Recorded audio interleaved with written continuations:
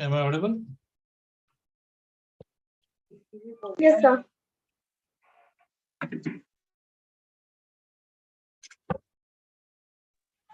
Very good evening everyone. मेरा नाम सोनम सिन्हा है। मैं केडिया एडवाइजर में एज अ रिलेशनशिप मैनेजर हूँ। तो आज हम बात करेंगे ग्वार पे चर्चा।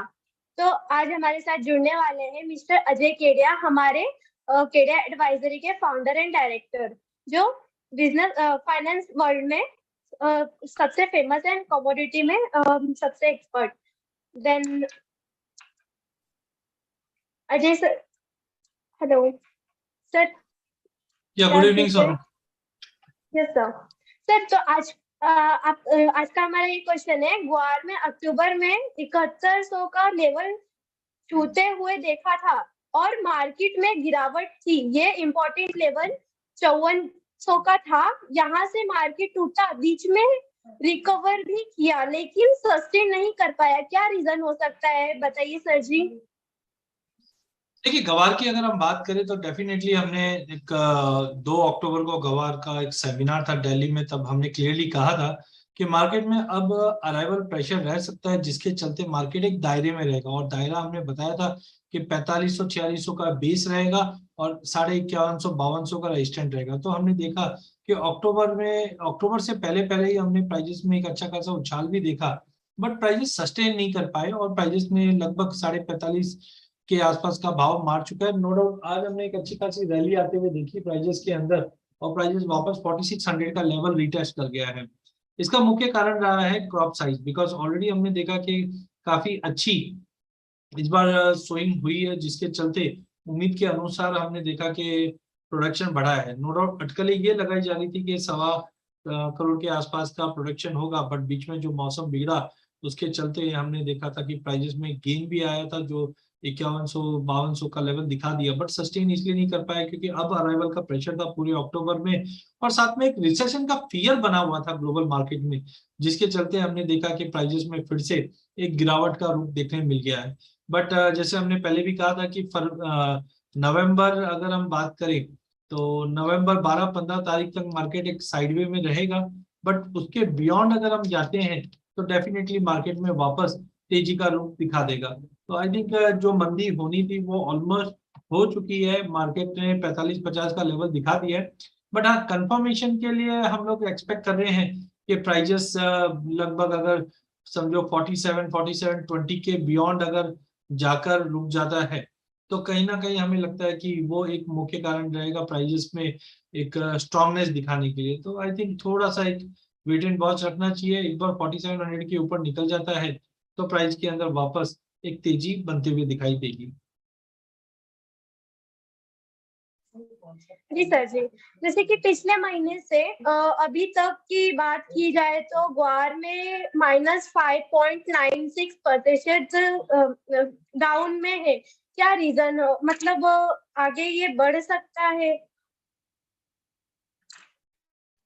हाँ बिल्कुल, जैसे मैंने अभी कहा भी है कि रिसेंटली हमने देखा प्रोडक्शन काफी ज्यादा जिस ढंग से एक्सपेक्टेड था, यही मुख्य कारण था कि इससे पहले भी हमने सितंबर मंथ में 4500 के आसपास का लो लगते हुए देखा और प्राइसेस ने रिकवर किया है। साथ में हम देखें तो ग्लोबल मार्केट में एनर्जी क्राइसिस बना हुआ है। एनर्जी क्राइसिस को कम करने का एक ही तरीका है, वो है कच्चे तेल का प्रोडक्शन बढ़ा दे। तो यूएस पूरी कोशिश कर रही है, बट हमने देखा था मार्च मंथ में भी अगर आप देखेंगे तो ऐसा ही कुछ माहौल बना था जब प्राइजेस 6500 का लेवल छुआ था। तब यूएस गवर्नमेंट ने अनाउंसमेंट किया था कि हम एनर्जी सेक्टर के अंदर पैसा डालेंगे सो दैट एक हमारी भी उम्मीद थी कि गवार में अच्छी तेजी बन जाएगी। बट हुआ उसके विपरीत, गवर्नमेंट ने अनाउंसमेंट जरूर कर दिया था, बट कैपेक्स नहीं आने की वजह से हमने प्राइजेस में 6500 से लगभग 4500 तक का भी लेवल बनते हुए देखा है। बट अब ये माना जा रहा है कि नवंबर मिड के अंदर यूएस में इलेक्शन है और इलेक्शन को कहीं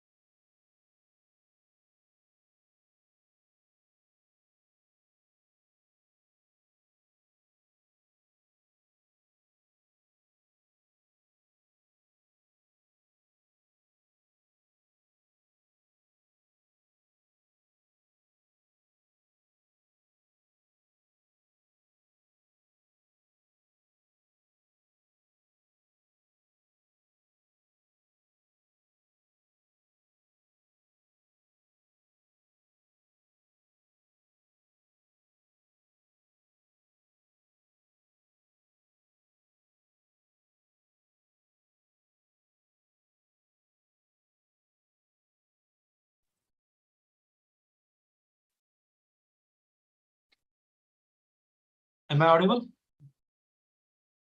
ओके, सॉरी। तो जैसे हमने अभी बताया आपको कि गवार सीड गवार गम में ऑलरेडी हमने एक बेस बनते हुए देखा, क्योंकि प्रोडक्शन ज्यादा होने की वजह से प्राइजेस के अंदर, सोइंग अच्छी होने की वजह से प्राइजेस के अंदर गवार में हमने अच्छी खासी गिरावट आते हुए देख चुके थे। बट अब मार्केट के अंदर एक बीच में रिकवरी आई थी, क्योंकि मौसम मौसम खराब हुआ था और डैमेजेस भी काफी हुआ। इनफैक्ट पाकिस्तान के अंदर भी हमने देखा कि डैमेजेस काफी हुई थी, जिसकी वजह से गवार सीड और गवार गम में दोनों में ही हमने एक अच्छी तेजी बनी थी इनिशियली। बट टाइमिंग मुझे लगता है कि क्रॉप साइज अच्छी है, अराइवल प्रेशर की वजह से मार्केट में अब गिरावट आना चालू हो चुका था। अब वो कहीं ना कहीं बेस बन रहा है 8800 का लेवल गवार गम में और 4550 का लेवल गवार सीड में। तो आई थिंक ऑलमोस्ट जो गिरावट आनी थी वो ऑलमोस्ट हो चुकी है।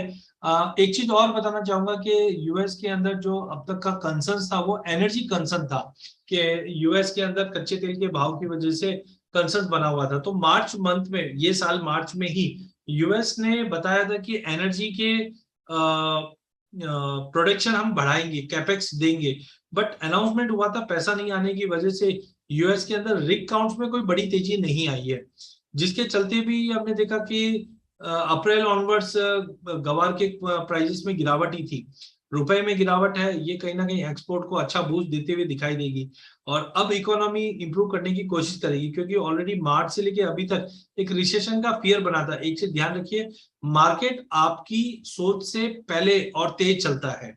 तो जो हमने अप्रैल से लेके अगस्त तक की गिरावट देखी थी, उसका मुख्य कारण था, एक तो सोइंग अच्छी हुई थी और रिसेशन फियर बन रहा था। अब हम देखते हैं कि मंदी आने का कारण क्या हो सकता है। पहला कारण है डिमांड नहीं है, तो डिमांड नहीं है तो पहले से पता था रिसेशन की वजह से डिमांड इंप्रूवमेंट नहीं आएगा।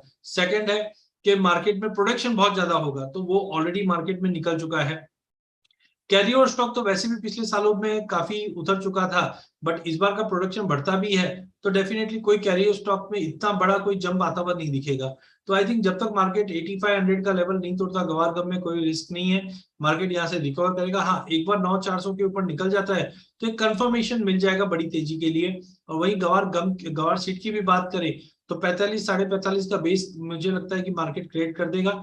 एक बार 4750 के ऊपर क्लोज कर देता है तो अच्छी रिकवरी का माहौल बन जाए, क्योंकि आगे अब चाइना भी ओपन अप हो चुका है और सारी इकोनॉमी को पटरी पे लाने की कोशिश की जा रही है, जो कहीं ना कहीं डिमांड को रिवैम्प होते हुए देखने मिलेगा।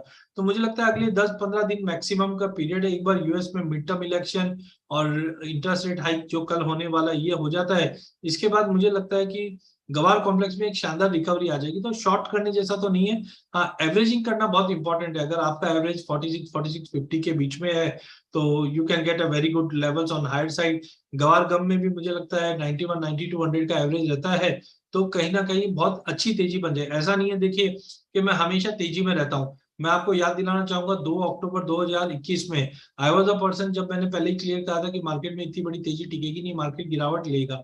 हाँ, मार्च में जरूर मैंने बताया था कि मार्केट में तेजी, उसका कारण ये था कि यूएस ने क्लियरिटी दी थी कि हम एनर्जी का प्रोडक्शन बढ़ाएंगे।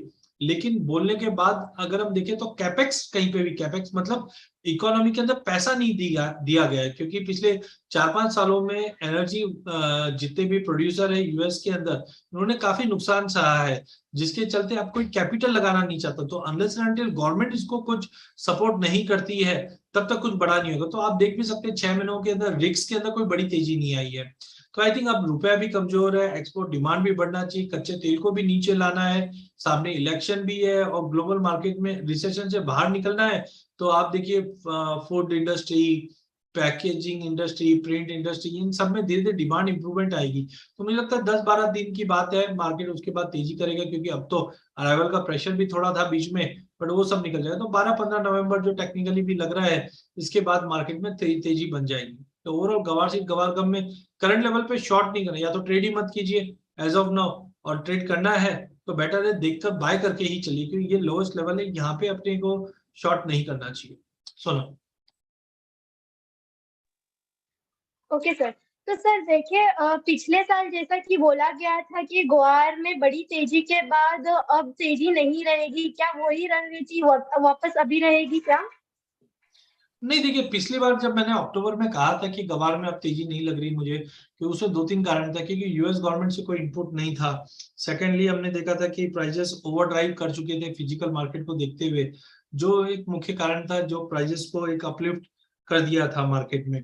बट वो सब डिस्काउंट हो गए थे, इसके लिए मैंने 2 अक्टूबर को कहा भी था कि प्राइजेस में अब बड़ी कोई तेजी नहीं लगती। तो हमने दिसंबर तक गिरावट देखी, दिसंबर के बाद एक जंप देखा, फिर वापस गिरावट आते हुए देखी मार्च ऑनवर्ड्स। तो आई थिंक अब मंदी के कारण मुझे जो चीज नहीं समझ में आती, जैसे रिसेशन हो सकता है वो ऑलरेडी डिस्काउंट है, प्रोडक्शन बढ़ सकता है वो ऑलरेडी डिस्काउंटेड है।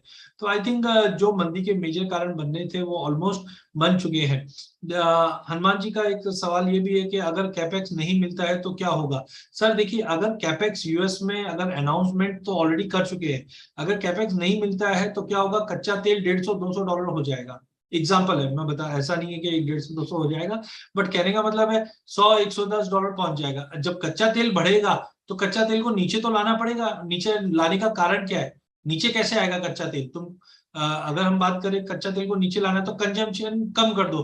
कंजम्पशन कम नहीं हो सकता है, क्योंकि इकोनॉमी अब रिवाइव करना है। तो एक ही तरीका है, प्रोडक्शन बढ़ा दो।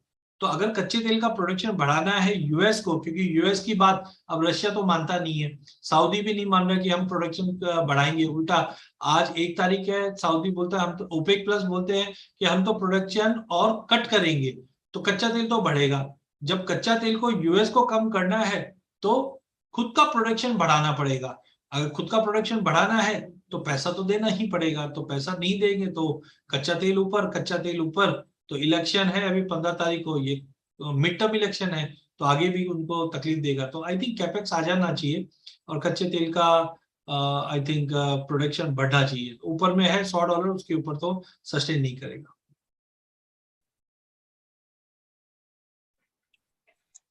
इससे पहले एक साल में लगभग 28% की गिरावट ग्वार सीड में और 24% की गिरावट ग्वार गम में बनी हुई देखा। लेकिन लगता है अब ग्वार में क्या होने वाला है, अजय सर जी आप बता सकते हैं प्लीज। देखिए ऑलरेडी अपन ने ये पॉइंट पे डिस्कस कर लिया, तो लेट मैं मेरा जो प्रेजेंटेशन मैंने लेके आया था वो मैं स्टार्ट करता हूँ, सो डेट आपको जो भी आपकी ये डाउट्स है या क्वेरीज है वो पूरी अच्छे से टेक्निकल के प्रोस्पेक्टिव से भी हम देख सकते हैं। तो let me share my presentation so that इसके अंदर आ जाएगा। इसी बीच में काफी जन के सवाल भी है, तो साथ साथ में मैं सवाल भी लेते जा रहा हूँ। आप सबसे निवेदन है कि व्हाट्स यूट्यूब पे हम लोग लाइव है, तो अगर आप सवाल भी डालते जाएंगे तो मेरी टीम उसको 1 बाय 1 नोट कर रही है, ताकि हम लोग ले पाए कुछ नए सवाल है। जो ऑनगोइंग सवाल है वो तो मैं सेशन के बीच में लेते जा रहा हूँ। जैसे गवा कैपेक्स की बात हनुमान जी ने की थी, वो मैंने ऑलरेडी बता ही दिया है आपको। देन राहुल जी का सवाल है, सर बायोडीजल की तरफ शिफ्ट हो रहे हैं, उसका क्या इफेक्ट होगा। देखिए बायोडीजल की तरफ शिफ्ट हो रहा है, आप एक चीज समझो, कच्चे तेल को जो ओपेक मेंबर है ना, वो इस ढंग से मेंटेन रखेंगे, जैसे बोलते हैं ना, ना खाया जाए ना उगला जाए। आज कच्चा तेल अगर सपोज करो आज करीबन $90 के करीब समझो है, अगर जैसे ही भाव 100-125 के करीब आता है तो हम बायोफ्यूल की बातें करने लग जाते हैं। लेकिन यही कच्चा तेल 80 पे आ जाता है, या सिंपल है, आज आपकी गाड़ी है, जो लोग पेट्रोल की यूज करते हैं या सीएनजी पेट्रोल डीजल की यूज करते हैं, हम लोग बीच में कोशिश करते हैं हम सीएनजी पे शिफ्ट हो जाते हैं। लेकिन जैसे सीएनजी पे शिफ्ट होना चालू होते हैं, मालूम पड़ा पेट्रोल डीजल के भाव नीचे आ गए, वापस हम लोग बैक टू पेट्रोल डीजल पे आ जाते हैं। तो आप मान के चलिए बायोडीजल का जो 100% कभी भी चेंज नहीं होगा, इलेक्ट्रिक व्हीकल भी 100% चेंज नहीं होगा। सबका अपना अपना मार्केट शेयर होता है। आज फ्लाइट्स आ गए, इसका मतलब कोई कार से नहीं जाता है क्या, कार से भी जाता है। तो आई थिंक बायोफ्यूल एक सर्टेन परसेंटेज यूज जरूर होगा, बट जो मेजरली यूज होना है वो अभी भी कच्चा तेल ही होगा। देन उसके अलावा रजत जी का काफी बड़ा सवाल है, सर मैंने आपके ऑयल के अलावा, ठीक है रजत जी, मैं इसके ऊपर पूरा डिटेलिंग के लेता हूँ। मैं let me complete with this my presentation, फिर बाद में 1 बाय 1 मैं सभी के सवाल के जवाब देता हूँ। Okay, so once again good evening everyone, this is Ajay Kedia. Welcome to commodity talk show episode 4। हमने कोशिश की है शाम को 7 बजे जब सब फ्री हो जाते हैं, तब हम लोग कोई ना कोई कमोडिटी पे या कॉम्प्लेक्स के ऊपर एक ओवरव्यू लेते हैं।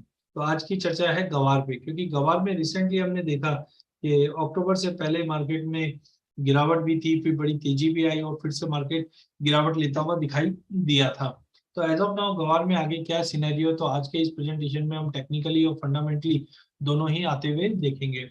तो डिटेलिंग थोड़ा सा मैं बता देता हूँ। मेरी कंपनी का नाम केरियर एडवाइजरी है एंड सिंस लास्ट 18 साल से we are active in this market, और कमोडिटी रिलेटेड जो भी अपडेट्स है आप हमारे यूट्यूब चैनल पे भी देख सकते हैं।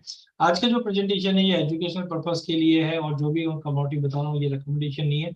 हमारी कोशिश रहती है कि जो भी टेक्निकली फंडामेंटली क्या नई चीजें हैं वो आप तक लाने की पूरी कोशिश रहती है। तो देखिए, जैसे सोनम भी बता रही थी कि गवार की अगर हम बात करते हैं तो पिछले एक साल के अंदर 34% की गिरावट, और जनवरी से अभी तक लगभग 23.5% की गिरावट आते हुए दिखाई दी। हमने देखा था कि नवंबर 2021 के अंदर हमने एक जबरदस्त तेजी भाव में आते हुए देखी, जहां पे 7,000 का लेवल गवार सीट आता हुआ दिखाई दिया। सिंस देन मार्केट में गिरावट कंटिन्यू बनी थी। ये उम्मीद के अनुसार है, बिकॉज ऊंचे भाव के चलते इस बार सोइंग हमारी एक्सपेक्टेड थी कि ज्यादा अच्छी होगी, और ऐसा ही हुआ। अच्छी सोइंग के चलते प्राइजेस में जबरदस्त गिरावट आई। दूसरा, फरवरी में अगर आप देखेंगे तो युद्ध, यूक्रेन और रशिया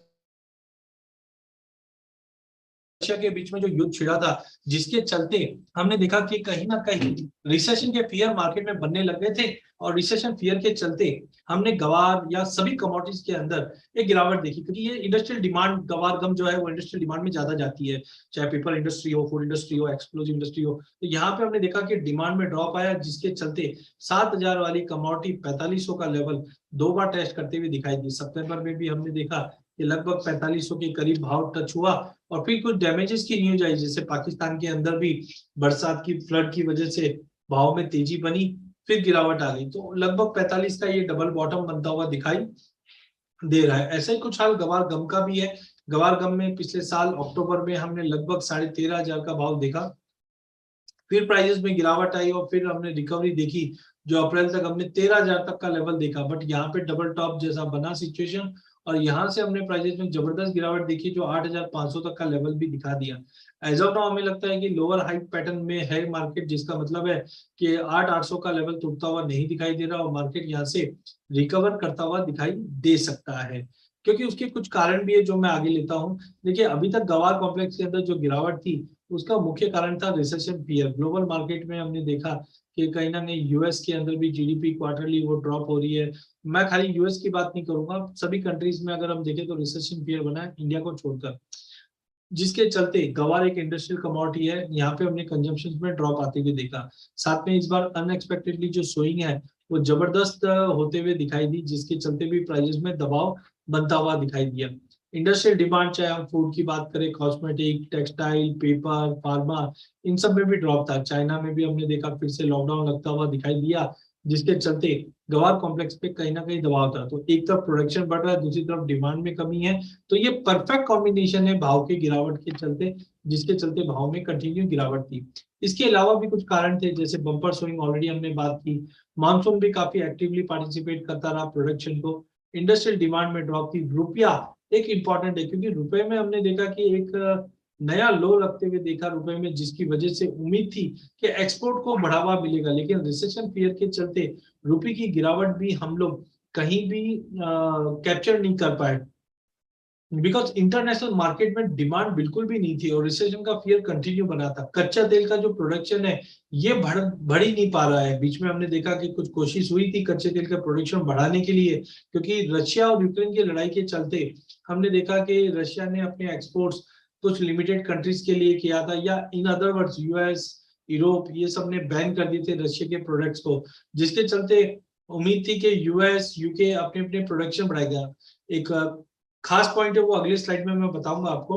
तो यूएस प्रोडक्शन बढ़ाने की बातें जरूर कर रहा है, बट कैपेक्स नहीं होने की वजह से हमने देखा कि प्राइजेस प्रोडक्शन नहीं बढ़ पा रहा है, और आज भी प्राइजेस एलिवेटेड लेवल पे है। एमसीएक्स पे भी आज भी 3.5% की तेजी के साथ कच्चा तेल 7,350 के करीब इस वक्त ट्रेड कर रहा है। रिग काउंट में कोई बड़ी तेजी आई नहीं, इनफैक्ट फ्लैट ही रहा है। ग्लोबल इकोनॉमी में स्लो डाउन आ रहा है। और जो दूसरा पॉइंट मैं बता रहा था आपको वो है यूके। यूके के नए प्राइम मिनिस्टर है मिस्टर सनक, ऋषि सनक, उन्होंने फ्रैंकिंग को फिर से बैन कर दिया है, जबकि इससे प्रीवियस जो प्राइम मिनिस्टर थी उन्होंने फ्रैंकिंग पे जो बैन था वो अपलिफ्ट कर दिया था। तो इस टाइप के जो जियोपॉलिटिकल कंसर्न्स बने हुए थे ये काफी इंपॉर्टेंट है, जो गवार को मूव करता हुआ दिखाई दे रहा है। मेजर इकोनॉमी ने इंटरेस्ट रेट हाइक करना चालू कर दिया, जिसकी वजह से स्लो डाउन का माहौल बन रहा है। तो इन ऑल अगर हम देखें तो कहीं ना कहीं फंडामेंटल जो मंदी के थे वो ऑलरेडी डिस्काउंट कर गए थे। अब हम आ जाते हैं सीजनैलिटी। सीजनैलिटी हमें ये हेल्प करती है कि पिछले सालों में सिनेरियो क्या रहा। तो नवंबर में अगर हम देखते हैं तो एवरेजली भाव में गिरावट है। इसके अंदर अगर आप देखते हैं तो 2021-22 के अंदर सबसे बड़ी गिरावट 17% की आई थी, जब प्राइजेस फिर से 7,000 से लेकर 5700 का लेवल दिखाया था। अब ऐसा कोई सिनेरियो लग नहीं रहा है जो हमने पिछले साल नवंबर में देखा था। हाँ, पिछले साल भी हमने देखा था कि यूएस साइड से इंपॉर्टेंट न्यूज आ रही थी, उम्मीद थी कि यूएस एक्टिविटी बढ़ाएगा, बट हुआ नहीं, इसके लिए प्राइजेस में गिरावट थी। इस बार हो सकता है ऊंचे कच्चे तेल के भाव से जो करंट गवर्नमेंट है वो प्रोडक्शन बढ़ाने के लिए या कैपेक्स बढ़ाने के लिए बात करें, ये कहीं ना कहीं सपोर्टिव हो सकता है, क्योंकि ऑलरेडी हमने प्राइसेस में 7% की गिरावट अक्टूबर मंथ में ही आते हुए देखी है। इनफैक्ट अगर आप जून से देखेंगे तो जून में 12%, जुलाई में 4%, अगस्त में 4%, सितंबर में थोड़ी बहुत रिकवरी आई थी, बट अक्टूबर में फिर से हमने 7% की गिरावट देखी है। तो पॉसिबल है कि नवंबर में थोड़ी रिकवरी आ जाए, दिसंबर में रिकवरी आ जाए, उसके बाद मार्केट थोड़ा सा फंडामेंटल्स पे चलेगा। बट ऑलमोस्ट हम लोग काफी ईयर मल्टी ईयर लो पे हम पहुंच गए हैं। मल्टी ईयर तो नहीं बोलूंगा, बट पिछले साल के लो पे आ गए। पिछली बार भी हमने देखा कि प्राइजेस 45-46 से घुमा था। और अगर हम जून 2021 की बात करें, यहाँ पे भी हमने देखा था कि प्राइसेस ने जब 4400 का लेवल तोड़ा था, उसके बाद ही बड़ी तेजी दिखाई दी। तो कहीं ना कहीं सीजनलिटी बता रहा है कि थोड़ा बहुत सपोर्ट हो सकता है। अक्टूबर तो खत्म हो चुका है, नवंबर दिसंबर जनवरी में, इस पर ध्यान रखें। वही अगर गवार गम की भी अगर हम बात करें तो गवार गम में भी हमें लगता है कि देखिए सपोर्ट थोड़ा बहुत मिल सकता है। नवंबर में गिरावट जरूर है, लेकिन बड़ी गिरावट तो हमने नवंबर में ही देखी थी पिछले साल 23% की, उससे पहले करीबन 10% की। तो नवंबर में गवार गम के लिए ज्यादा अच्छा नहीं रहा है, लेकिन नवंबर के बाद दिसंबर जनवरी में काफी अच्छी तेजी है। तो सीजनैलिटी थोड़ी गवार गम के लिए नेगेटिव है जरूर। अब हम आ जाते हैं टेक्निकली, जिससे हमें एक ओवरव्यू मिल जाता है कि टेक्निकली मार्केट कैसा दिखा रहा है। टेक्निकली सबसे पहले हमने आरएसआई दिया। आरएसआई क्या होता है? आरएसआई रिलेटिव स्ट्रेंथ इंडेक्स, ये हमें बताता है कि करंट ट्रेंड में स्ट्रेंथ कितना है। तो अब ये आरएसआई है वो 32 के करीब है, जो हम लोग धीरे धीरे ओवरसोल्ड की तरफ जा रहे हैं। इससे पहले भी अगर आप देखेंगे तो आपको दिखाई देगा यहाँ पे हमने ओवरसोल्ड जोन में टच किया था और फिर मार्केट में तेजी आ गई थी, और अब भी लगभग मार्केट ओवरसोल्ड जोन के करीब है। तो कहीं ना कहीं उम्मीद है कि प्राइजेस में जब पहली बार भी हमने देखा था तो ये 23.60 का मतलब 45-32 का एक रेजिस्टेंट का रूप ले रखा था, और जैसे ही हमने 45-30 के ऊपर जाते हुए देखा तो बड़ी रैली बनी। अब मार्केट जब तक ये 4500 का लेवल नहीं तोड़ता, हाई पॉसिबिलिटी है कि हम फिर से यहाँ पे डबल बॉटम होते हुए तेजी देख पाए। तो आप इस लेवल को नजर रखिए कि 4500 का लेवल अगर वीकली बेस पे क्लोज नहीं करता है नीचे, तो ट्रेंड बिल्कुल तेजी है। हाँ, बड़ी तेजी के लिए 5000, 5400, 5800, 6400 ऐसे करके धीरे धीरे मार्केट ऊपर जाएगा। ऐसा नहीं है कि रॉकेट जैसे यहाँ पे रॉकेट हुआ था वैसा रॉकेट जैसा सीन तो नहीं है, बट हाँ slowly and steadily market move कर सकता है। टेक्निकली आरएसआई जो है वो अब यहाँ से रिकवर कर सकती है। ऐसे ही अगर हम इचिमिको क्लाउड की बात करें, ये एक यूनिक टेक्निकल एनालिसिस है जहां पे हम एडवांस देख लेते हैं कि आगे क्या हो रहा है। तो आप देखिए कैंडल तो इधर बनी हुई है, भाव यहाँ पे है, बट आगे आपको रेड क्लाउड दिख रहा है। और जब भी ये रेड क्लाउड पहले से मतलब जब भाव इधर था तब ये रेड क्लाउड बनना चालू हो चुका था, तब हम देखते हैं कि मार्केट मंदी में आ गया था। बट एक चीज देखिए इचिमिको का, जब भी भाव क्लाउड से ज्यादा दूर होता है तो क्लाउड उसको अपनी तरफ खींचने की कोशिश करता है। जैसे आप यहाँ पे देखिए क्लाउड यहाँ पे है, भाव नीचे थे, तो प्राइस ने क्या किया, यहाँ से रिट्रेस किया और क्लाउड की तरफ चले गया था। तो क्लाउड की तरफ भी अगर जाता है तो आप मान के चलिए 5400-5500 तो बेर मिनिमम भाव आ जाए। क्लाउड के ऊपर निकल गई तो नई तेजी बन जाएगी। तो आप देख सकते हैं कभी भी मंदी के बाद तेजी, तेजी के बाद मंदी, ये एक सिनेरियो रहता ही है। तो हमें चाहिए कि प्राइजेस क्लाउड के बाहर निकल जाए एक बार, मतलब अभी तो 5800 का लेवल है, इसके बियॉन्ड निकल जाएगा तो नई तेजी बना देगा जो 7000 का लेवल भी दिखा दे। बट यहाँ से अब उम्मीद यही है कि जब जैसे यहाँ पे भी आप देखिए भाव इधर है, क्लाउड नीचे है, या भाव इधर है, क्लाउड नीचे है, क्या हुआ, भाव में गिरावट आ गई, फिर रिकवर किया, फिर नीचे आ गई। अल्टीमेटली भाव क्लाउड को टच करेगा ही करेगा। इधर भी देखो भाव क्लाउड को टच किया हल्का सा, फिर नीचे आ गया।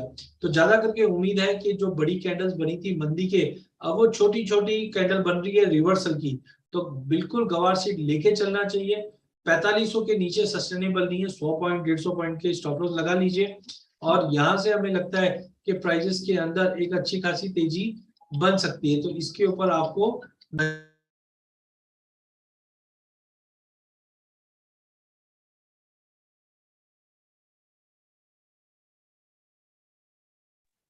सॉरी। तो यहां से हम मार्केट में रिकवरी आते हुए देख सकते हैं, जो 5450 से 5500 का एक बार लेवल दिखा देगा। हाँ, नई बड़ी तेजी के लिए हमें 5800 का लेवल तोड़ के ऊपर जाने की जरूरत पड़ेगी। तो एक चीज और है, कभी भी क्लाउड जब बड़ा हो जाता है, जैसे यहाँ पे बड़ा हुआ तो क्या हुआ, धीरे धीरे छोटा भी बनता है। तो अब इधर एक्सट्रीम बड़ा बन चुका है, अब ये धीरे धीरे छोटा हो सकता है। तो मुझे लगता है कि प्राइजेस में थोड़ा बाउंस आता रहता है, तो क्लाउड भी छोटा होना चालू हो जाएगा और रिवर्सल का साइन देगा। अब आ जाते हैं चॉपीनेस। चॉपीनेस हमें बताता है मार्केट में वॉलेटिलिटी आने वाली है या नहीं। फॉर एग्जांपल इधर आप देखिए कि जैसे ही ये इंडेक्स यहाँ से नीचे की तरफ आया, तो हमने देखा कैंडल के साइज बड़े बड़े बड़े बड़े हो गए, और जैसे ही ये इंडेक्स नीचे से ऊपर की तरफ गया तो रिवर्सल आना चालू हो गया। तो अब उम्मीद है कि मार्केट ये चॉपी इंडिकेटर नीचे आएगा और यहाँ पे एक बड़ी वॉलेटिलिटी आ सकती है। तो हायर पॉसिबिलिटी है कि यहाँ से हम मार्केट को रिकवर करते हुए ज्यादा देख पाएंगे।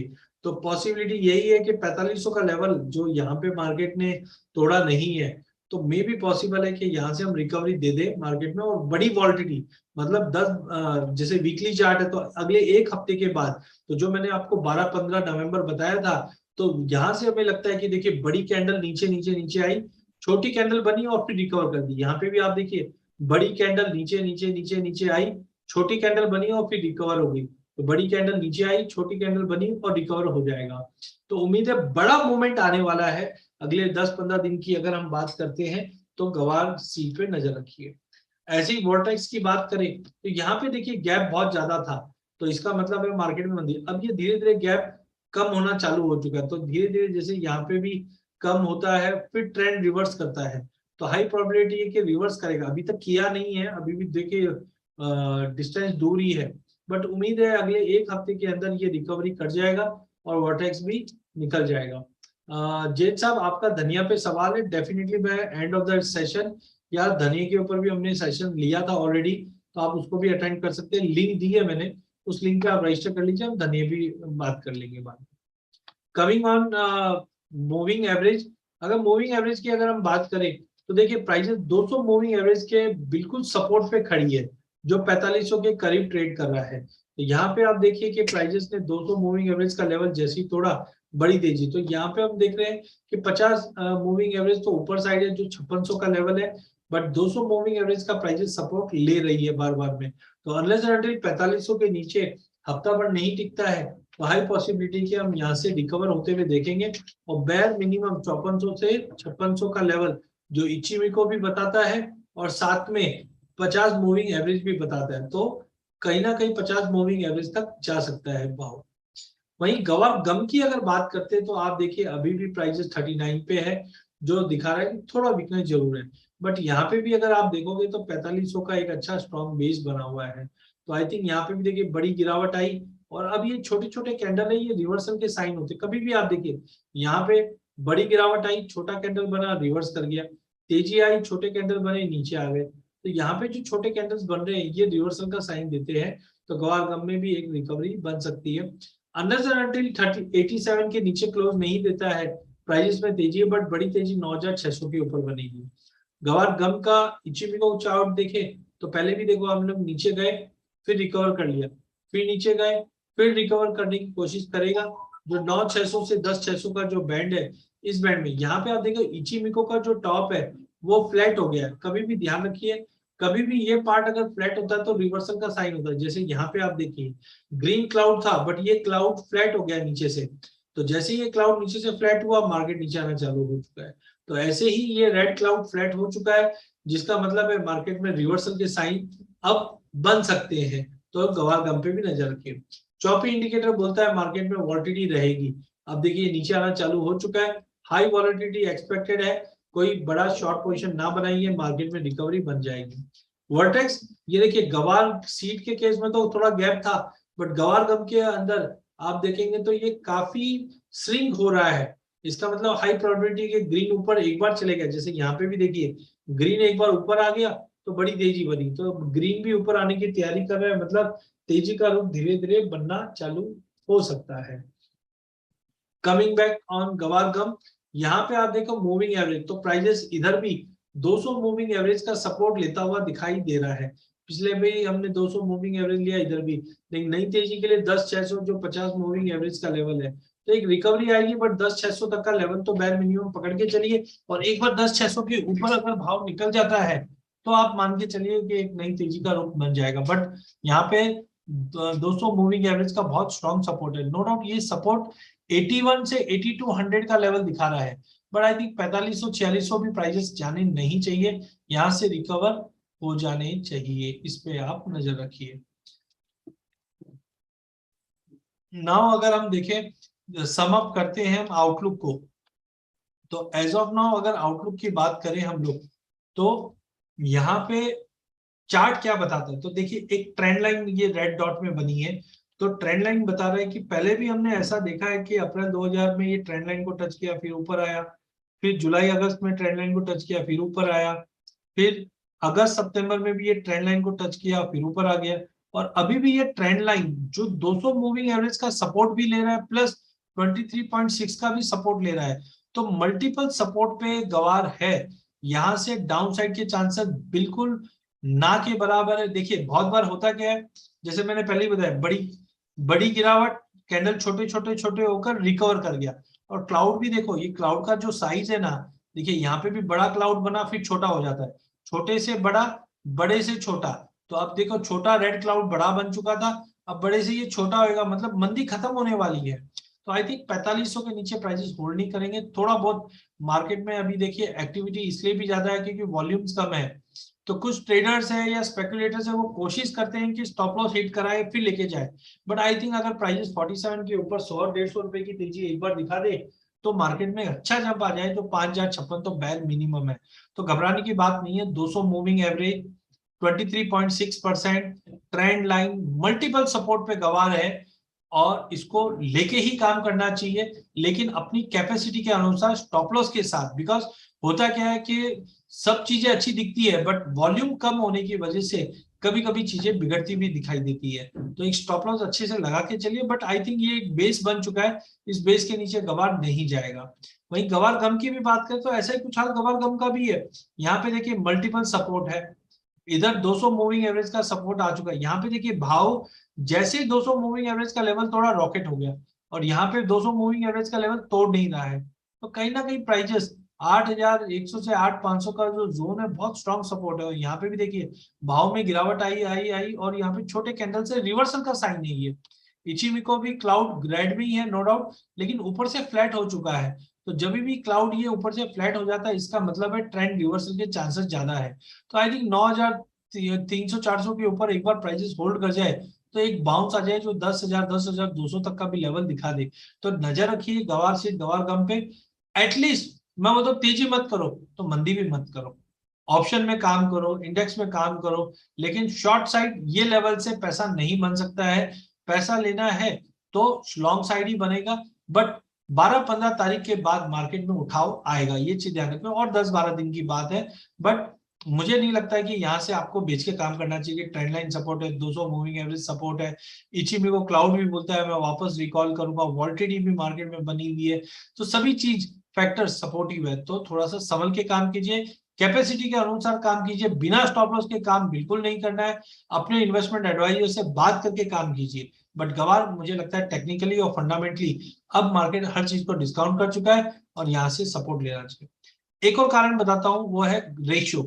देखिए गवार सीड और गवार गम का जो रेशियो है, यहाँ पे पिछली बार भी हमने देखा ये लेवल 1.97 को छूता है फिर नीचे आता है, अब देखिए मार्केट यहाँ पे फ्लैट हो चुका है, ग्रीन जोन में बना हुआ है वॉर्टेक्स, जो बताता है कि ट्रेंड तो पॉजिटिव है, और आरएसआई भी 61 के ऊपर है, वो भी बोलता है ट्रेंड पॉजिटिव है, तो मानना है बस यही है कि 1.98 के ऊपर थोड़ा भी निकल गया तो ये 2.1 से 2.3 भी दिखा दे, और जब भी गवार गम में तेजी आती है तो मतलब इंडस्ट्रियल डिमांड में इंप्रूवमेंट है, तो आप मान के चलिए 1.98 का लेवल एक बार तोड़ दे मार्केट तो 2.12 का लेवल सीधा दिखाएगा, जो कारण बनेगा बड़ी तेजी का। तो गवार गम गवार शीट रेशियो पे भी नजर रखिए, जो 1.96 के करीब है, और आने वाले टाइम पे 1.98 या 2 का लेवल तोड़ने पे 2.12 का लेवल आराम से अचीव कर पाएगा।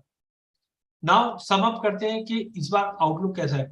तो देखिए, ग्लोबल मार्केट में एनर्जी क्राइसिस बना हुआ है। एनर्जी क्राइसिस मतलब ऊंचे कच्चे तेल के भाव। अब इसको कम तो करना है, कम कैसे किया जाए? प्रोडक्शन बढ़ाकर किया जाए।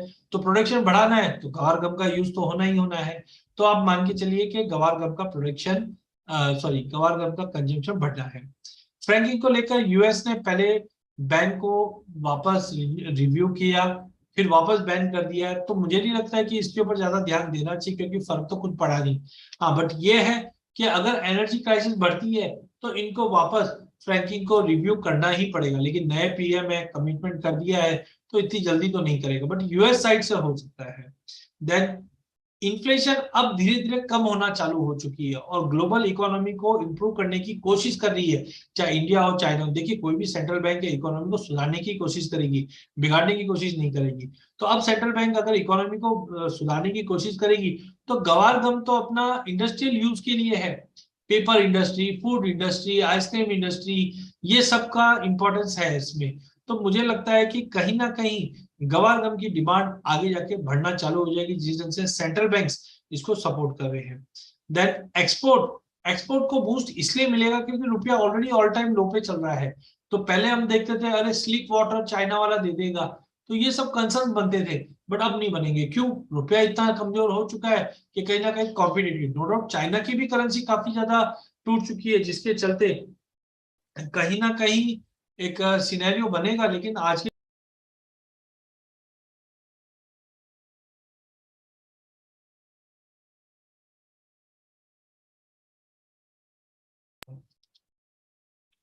सो एक्सपोर्ट डिमांड भी बढ़ेगी। यील्ड में ड्रॉप, अभी बीच में बरसातें हुई थी, उसकी वजह से यील्ड में कुछ ड्रॉप बताए जा रहे थे, जिसकी वजह से ये तेजी बनी थी। पाकिस्तान में फ्लड आया था, वहां पे भी डैमेजेस हुआ है। फार्मर है लोअर भाव में बेचने की इच्छुक ही नहीं है कि हम नहीं बेचेंगे जी। टेक्निकली भी ओवरसोल्ड था, जिसकी वजह से प्राइसेस में बाउंस लग रहा है। तो अगले 4 से 6 महीने की अगर अवधि की बात करें, तो हमें लगता है कि फंडामेंटल और टेक्निकल दोनों सपोर्टिव है, जो कहीं ना कहीं गवार सीड को अगेन अगले 4 से 6 महीने का व्यू लेके चलते हैं। तो 58 चौक देखो, एक साथ बड़ी तेजी नहीं आएगी, ये भी ध्यान रखना। क्योंकि बहुत बार क्या होता है, मैंने कोई चीज बता दी, बोला सर आपने तो बता रखा था 10,000 हो जाएगा। Please try to understand, levels भी इंपॉर्टेंट होते हैं, न्यूज भी इंपॉर्टेंट होती है। तो हमें लगता है कि 5100, 5400, 5800 ऐसे फेज बाय फेज मार्केट में तेजी आएगी, जो 7,000 तक का भी लेवल अगले 6 महीने में दिखा देगी। तो मंदी के रिस्क बहुत कम है एज कम्पेयर टू रिवॉर्ड के मुकाबले। बट 5400 5800 का पहला पायदान आप पकड़ के चलिए। वैसे ही गवार गम की बात करें तो 11800 का पहला पायदान है जो इंपॉर्टेंट रहेगा। अगर उसको तोड़ देता है तो डेफिनेटली पिछले हाई की तरफ प्राइजेस रिकवर कर जाएगी। बट 5-6 महीने का व्यू लेके चलना है, ऐसा नहीं है कि एक ही महीने में, 10 दिन में, 15 दिन में आपको रिटर्न मिल जाएगा। हाँ, एक बार प्राइजेस 4850, 4900 के ऊपर गवार सीट, 9400 के ऊपर गवार गम ये थोड़े होल्ड कर जाते हैं, तो डेफिनेटली मार्केट में तेजी बनेगी। तो ओवरऑल, जैसे पाटीदार जी का भी सवाल है, गवार 5500 का वजह से टाइम लगेगा, 4-6 महीना लगेगा। बट 5800 तक का लेवल हमें लगता है कि आपको जनवरी तक भाव हायर पॉसिबिलिटी है कि मिल जाएंगे। तो समम में भी हमने देखा टेक्निकल फंडामेंटल सभी जगह पे अब रिवर्सल के साइन दिखा रहे हैं। इसी के साथ मेरा सेशन में एंड करता हूँ। कुछ सवाल है तो आप YouTube पे डाल सकते हैं, मेरी टीम अवेलेबल है, लिंक भी हमने शेयर किया है, जिसके ऊपर आप रजिस्टर कर सकते हैं, मेरे से 1-to-1 कर सकते हैं। और कोई सवाल है, क्वेरी है, तो बिल्कुल आप चैट विंडो पे डाल सकते हैं। तो क्विकली मैं 2-4 सवाल है वो ले लेता हूँ फटाफट, फिर हम लोग 7:45 पे ये सेशन वाइंड अप करेंगे। खेती बाड़ी गंगानगर से है कि एंड तक का आउटलुक बताइए। सर मैंने ऑलरेडी अभी बताया आपको कि भाव फेज बाय फेज चलेगा, 5100, 5400, 5800 ऐसे करके जनवरी तक। हमें लगता है जगदीश जी गुजरा जी का भी सवाल था, जनवरी तक क्या लगता है, तो जनवरी तक मुझे लगता है कि 5800 तक का लेवल तो आराम से दिखा देगा।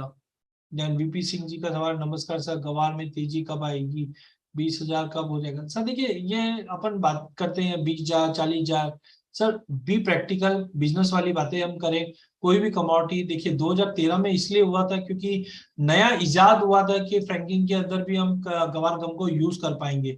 अब आप 10 साल पुरानी यादें आज भी लेके आओगे तो सर वो पॉसिबल नहीं जब तक कुछ इनोवेशन नहीं होता है। तो 20,000 वाला सीन मत पकड़िए। हाँ, वापस हम 13-13,500 वाला गम देखेंगे क्योंकि अब लोअर से मार्केट रिकवर कर रही है। सोनू जी आवाज नहीं आ रही है, बिल्कुल सर बीच में कुछ कंसर्न था, अब सॉल्व कर दिया है, अब आवाज आपको अच्छे से मिल रही होगी। ललित जी का सवाल है, मेरे सवाल की तेजी से गवार फरवरी तक, बिल्कुल सर 7,500 तो नहीं बताया मैंने, 7,000 के लेवल दिखाई दे रहे हैं, तो वो फरवरी मार्च तक आपको मिल जाने चाहिए जो करंट फंडामेंटल है उसको देखते हुए। क्योंकि बहुत बार होता क्या है, आज अपन ने बात की, आपने माइंडसेट में अजय जी आपने तो फरवरी तक 7,000 बताया था, अब 15 तारीख को इलेक्शन है, इलेक्शन में हमारी उम्मीद है कि एनर्जी के ऊपर वो बोलेगा कि हम आगे जाके एनर्जी को और नीचे लाएंगे। अब नीचे लाना है मतलब कच्चा तेल का प्रोडक्शन बढ़ाना ही है, तो वो टाइम टू टाइम हम लोग रिव्यू भी करते रहते हैं, इसलिए हर महीने हम लोग ये सेशन रखते हैं। तो please keep in touch so that नई अपडेट्स आपको टाइम टू टाइम मिलते रहे। देन हनुमान जी का मैंने कैपेक्स के बारे में पहले ही बता दिया था। जितेंद्र जी का सवाल है प्राइस क्या हो सकता है, मैंने ऑलरेडी मार्च तक बताया 7,000 का लेवल आराम से दिखा सकता है जो करंट फंडामेंटल दिखा रहा है। चेतराम जी का सवाल है 4,000 गवार तो हो सकता है सर। हाँ, प्रोडक्शन अगर 2 करोड़ बोरी की हो जाए तो 4 भी हो जाए, बट वैसा लग नहीं रहा है क्योंकि ऑलरेडी हमने देखा 1.25 करोड़ का जो एक्सपेक्टेशन है वो मार्केट डिस्काउंट कर गया। कोरोना आ जाए, लॉकडाउन फिर से देशव्यापी लॉकडाउन लग जाए तो पॉसिबल है। अब वो कोरोना आएगा नहीं आएगा देखो उसके लिए मैं एक्सपर्ट नहीं हूँ, बट हाँ कोरोना आ जाए, इंडिया में लॉकडाउन लग जाए या वापस ऐसा कुछ बड़ा इवेंट हो जाए तो बात अलग है। अदरवाइज आई थिंक 4500 का एक बेस बन चुका है मार्केट में। आयुष जी धनिया के लिए मैंने ऑलरेडी वीडियो बनाया भी है, नीचे नंबर है, मैडम से आप कनेक्ट कर लीजिए, मैं डायरेक्टली आपसे 1 to 1 बात करूंगा ताकि आपको धनिया का पूरा आउटलुक बने। और सभी लोगों के लिए एक वीडियो भी मैं बना के डाल दूंगा। बाकी जीरा धनिया अच्छा लगता है, बेच के काम नहीं करना। राहुल जी का सवाल मैंने ऑलरेडी ऑलमोस्ट आई थिंक मैंने कवर कर लिया है। इनकेस राहुल जी अगर आपको थोड़ा ऐसा लगता है और कुछ जानकारी तो टीम को कनेक्ट कर लीजिए, मेरे से आप 1 to 1 बात करिए। रजत गुप्ता जी का सवाल अब ले लेते हैं हम।